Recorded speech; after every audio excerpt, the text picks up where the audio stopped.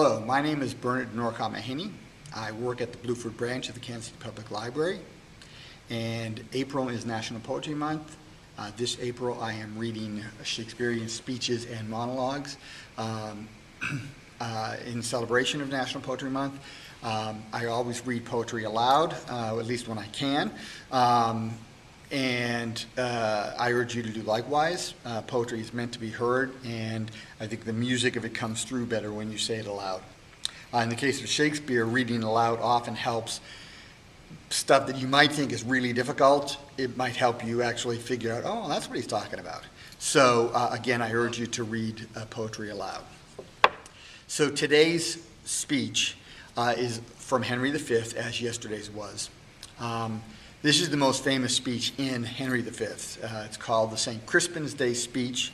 The English are greatly outnumbered. I think it's 6-1 or maybe by greater odds by the French. They've invaded France. They are now going to face the French on a field called Agincourt, and they are vastly outnumbered.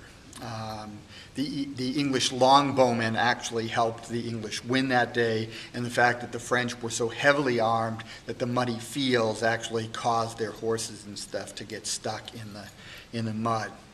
But this speech, at any rate, where Henry, he's overheard some of his fellow officers basically say, gee, I wish we had a tenth of the guys who didn't come with us here today, to increase our size.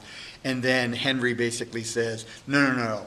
If we're going to die, the smaller the number is better. And if we win, well, then our fame will be so great that I wouldn't want to share it with any more people than are here. So this is the St. Crispin's Day speech. He's just found out that the day that they're going to fight is the feast of St. Crispin. This day is called the Feast of Crispian. He that outlives this day and comes safe home will stand a tiptoe when this day is named and rouse him at the name of Crispian.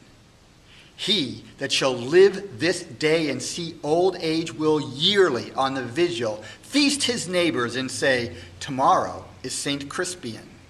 Then will he strip his sleeve and show his scars and say, these wounds I had on Crispin's day.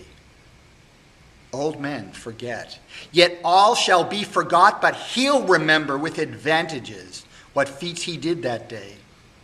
Then shall our names, familiar in his mouth as household words, Harry the King, Bedford and Exeter, Warwick and Talbot, Salisbury and Gloucester, be in their flowing cups freshly remembered.